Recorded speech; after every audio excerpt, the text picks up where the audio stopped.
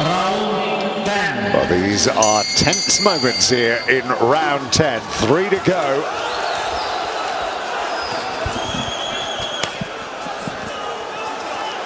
And what is Aydin doing there? Going back to the ropes. That's not where he wants to be, and he's taken body shots. Well, he left hook counter the first time he tried the counter, got one through, but I don't see him succeeding on the back foot against the ropes. Well, so far there's no sign that Dan is beginning to fade in these latter stages.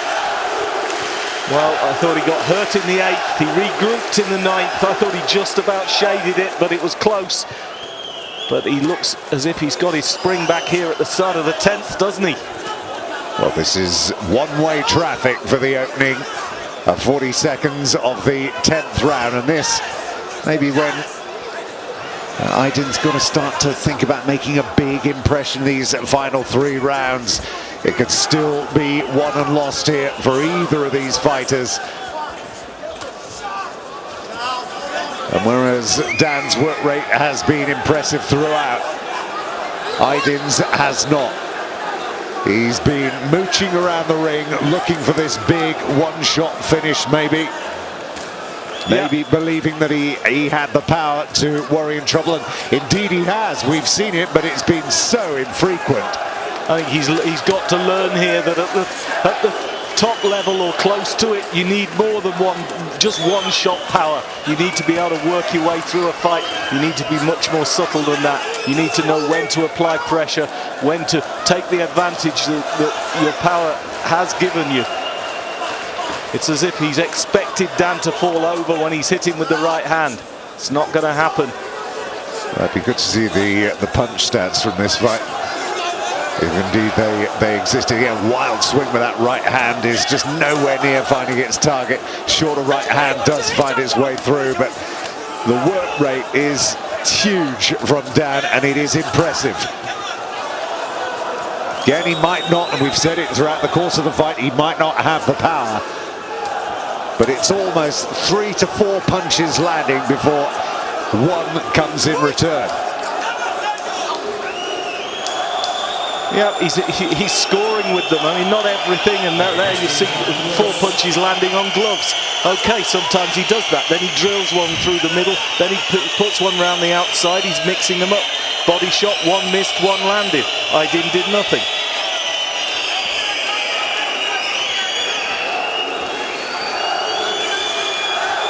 And Dan also messes Aydin around with his power. Sometimes he puts almost nothing into a punch. He prods it. Then he drills in one that follows it.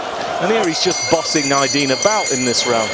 Well, I mean, he did virtually nothing in that round, did SELCUK Aydin. Literally not a decent punch in 3 minutes. And at this stage of the fight, with so much on the line.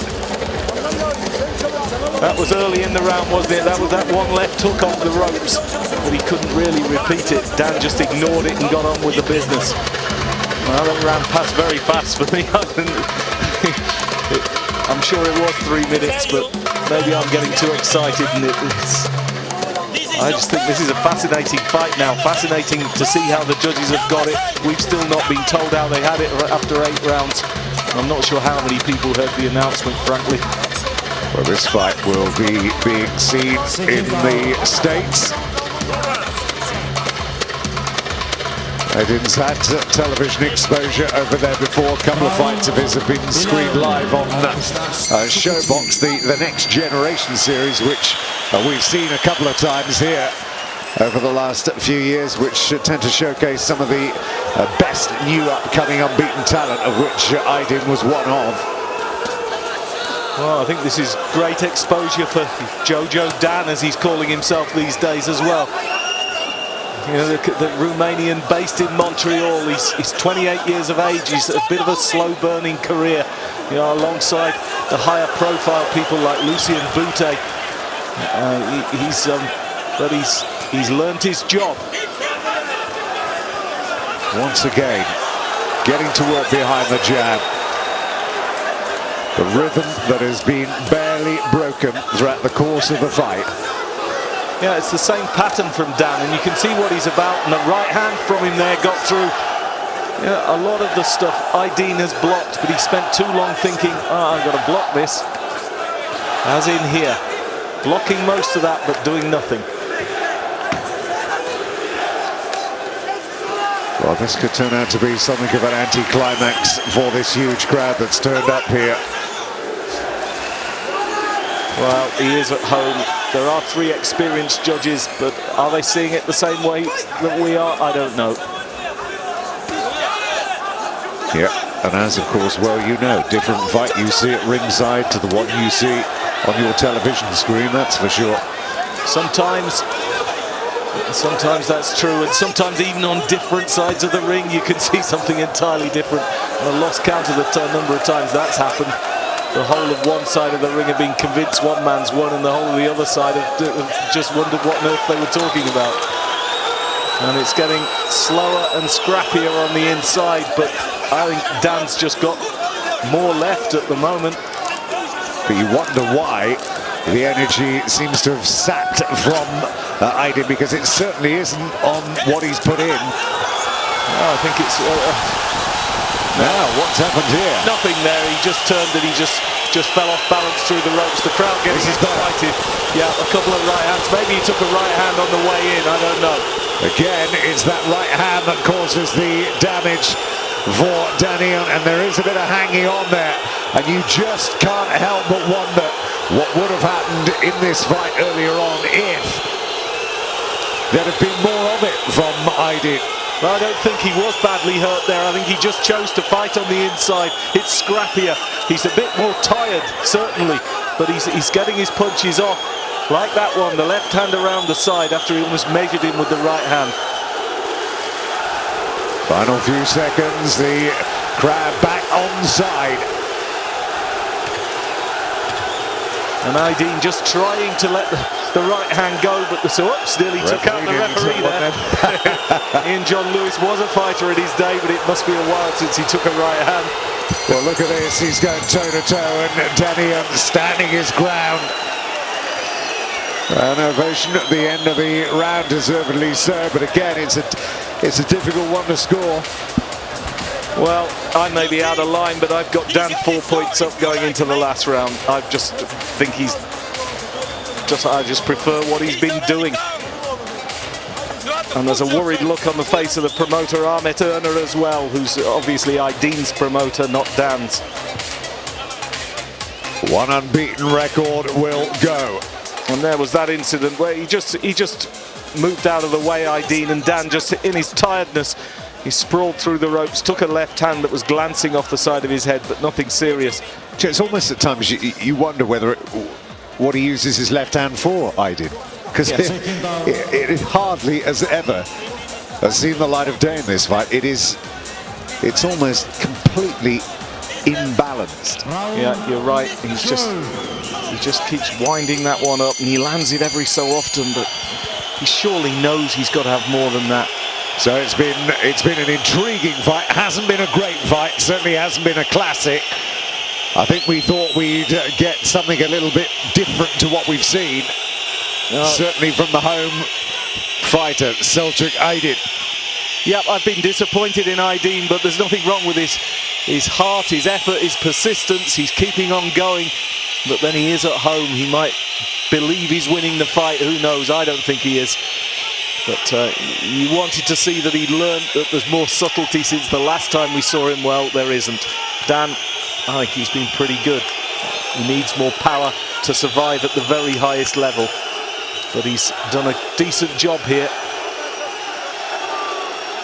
Well, some of what they thought were his failings haven't been apparent tonight. The tiring late on. I mean, look at this. 12th round and he's still going. It's the same pattern. The fight plan hasn't changed as far as he's concerned.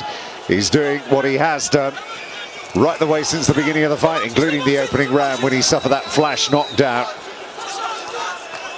It's still a bit of discussion. We never got a replay of that, whether or not it was a hit on the break that caught him stone cold, or whether it was a good shot from Aydin. Yeah, he's just outworking Aydin, who's looking very, very tired here. He just looks as if he just can't drag any more out of himself. There's Ahmet Erner, the promoter, on his feet. Well, maybe he shouldn't have had a look at the cards, but certainly he'll have known what they were after round 8. But just outworking him, Dan. Not all of it clean. That's been the pattern all the way through, as you said, but it was a brave decision from Dan to come here and take this fight, especially with so much at stake. 28 years of age, unbeaten, on the cusp of a world title shot, ranked #1 as a super lightweight or junior welterweight. Although if he doesn't carry too much power at this weight, I wonder what he'd be like 7 pounds lighter. They both came in bang on 147 pounds, the welterweight limit. Well, I think Dan's just had that little extra spring in his step all the way through. He's maybe in better shape. I don't know how that can be, but Aydin just looks a bit flat-footed, a bit laboured. They believe they're winning this, I think. Their body language in the corner has been pretty good all the way through. We shall see. It's going the distance now, surely. Urging their man to come forward, throw everything he's got in these final 10 seconds. Whatever happens now, it's not going to have any direct bearing on what the judges see, because their minds will have already been made up, and that is just about it here. 12 rounds up. Well, I think Dan's won this. And I think it would be a wrong decision if he doesn't get it. Aydin obviously is going to claim victory. Of course he is, and maybe he's right. But Dan, they came here with a plan. They put it into action. He's dominated enough of the rounds for me to get the decision. Will he get it? That is beyond his control. Aydin, well, he must know, SELCUK AYDIN, that he can perform better than he did tonight. Yeah, he looks as a man who's a little bit confused, a little bit frustrated with himself. He's not been hurt at any stage of the fight, but he's not had enough moments. He's used to dominating things. Didn't happen tonight. So here come the judges' scorecards. Ve birinci hakem mavi köşe SELCUK AYDIN 114 puan. Kırmızı köşe Jojo Jan 113 puan. Blue corner SELCUK AYDIN 114 puan. 114 points. Red corner Jojo Jan 113 points. Judge B ikinci hakem. Here we go. 111 puan. Mavi köşe SELCUK AYDIN 116 puan. Kırmızı köşe Jojo Jan. Blue corner 111 points. Red corner Jojo Dan 116. Well, that's how I had it. I'm not sure which judge that was. Blue corner SELCUK AYDIN 114 points. Mavi köşe SELCUK AYDIN 114 puan. Red corner kırmızı köşe Jojo Dan 113 puan. 113. Karşılaşmayı 2-1 sayıyla kazanan Blue Corner mavi köşe SELCUK AYDIN. 2 cards, Tim. The knockdown made the difference in the first round. 6 rounds each, and the knockdown for Aydin, giving him a split decision win. Well, it is certainly fan favourite with the supporters and SELCUK AYDIN. He will know deep down inside himself that he is a very, very, very lucky fighter tonight. I hope you've enjoyed it. Till next time, from me, Tim Capel. Bye-bye.